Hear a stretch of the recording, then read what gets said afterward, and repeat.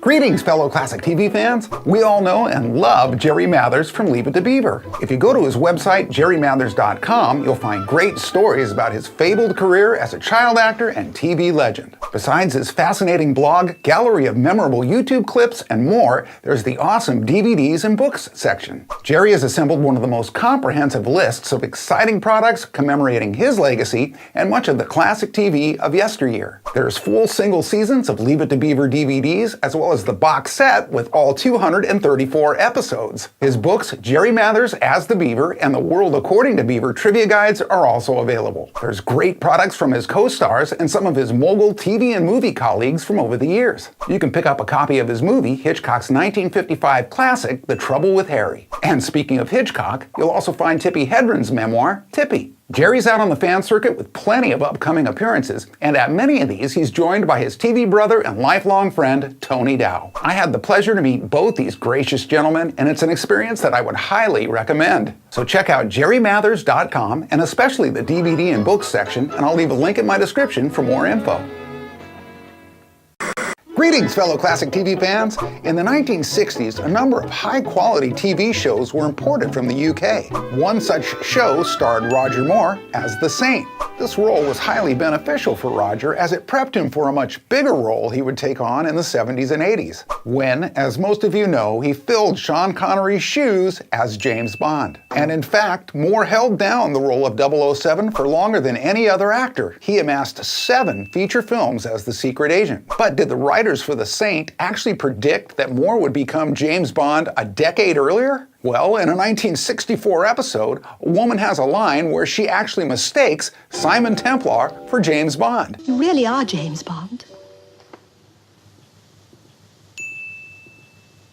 As it turns out, during the filming of The Saint, Roger Moore reportedly had been offered the role of James Bond twice. So maybe it wasn't such a bold prediction after all.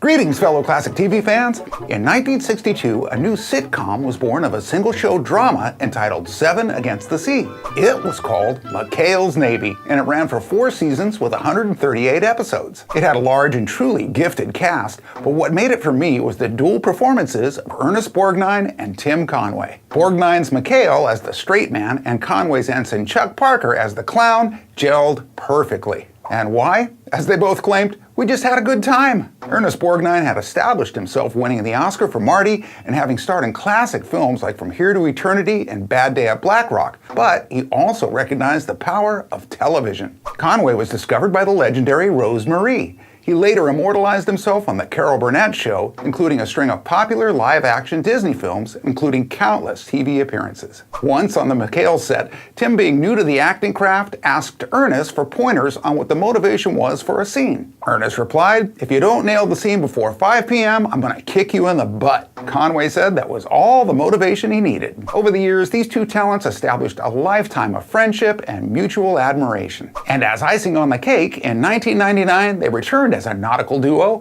this time as the voices of Mermaid Man and Barnacle Boy on the popular kids show SpongeBob SquarePants.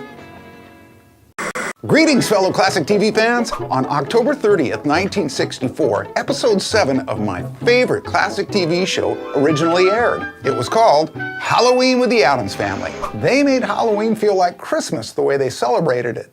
And they made the bank robbers that were on the run feel like it was Christmas too. Played by character actor Skip Homier and none other than Don Rickles, these two unassuming crooks thought they would enjoy the Halloween festivities with the Addams. You are staying, aren't you? And enjoy it they did, once Gomez assumed that their bag full of loot was what the neighbors were giving out for candy. So what does he do? He just fills it up with more money. Well, fortunately, Thing was on to these guys. So eventually he got things well handled. Greetings, fellow classic TV fans.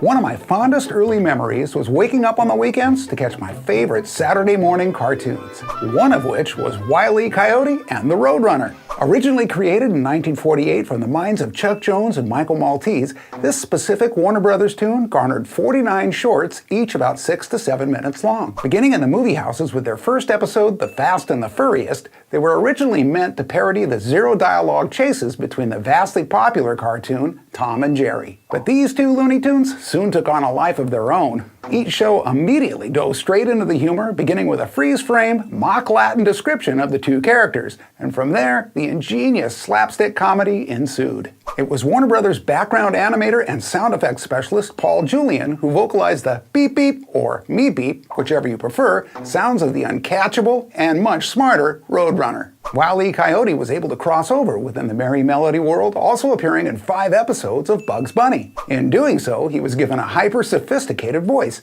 After all, he was a self-proclaimed genius. Although the Coyote's outlandish attempts to catch a nice Roadrunner meal never succeeded, the always hilarious entertainment of this classic cartoon surely did.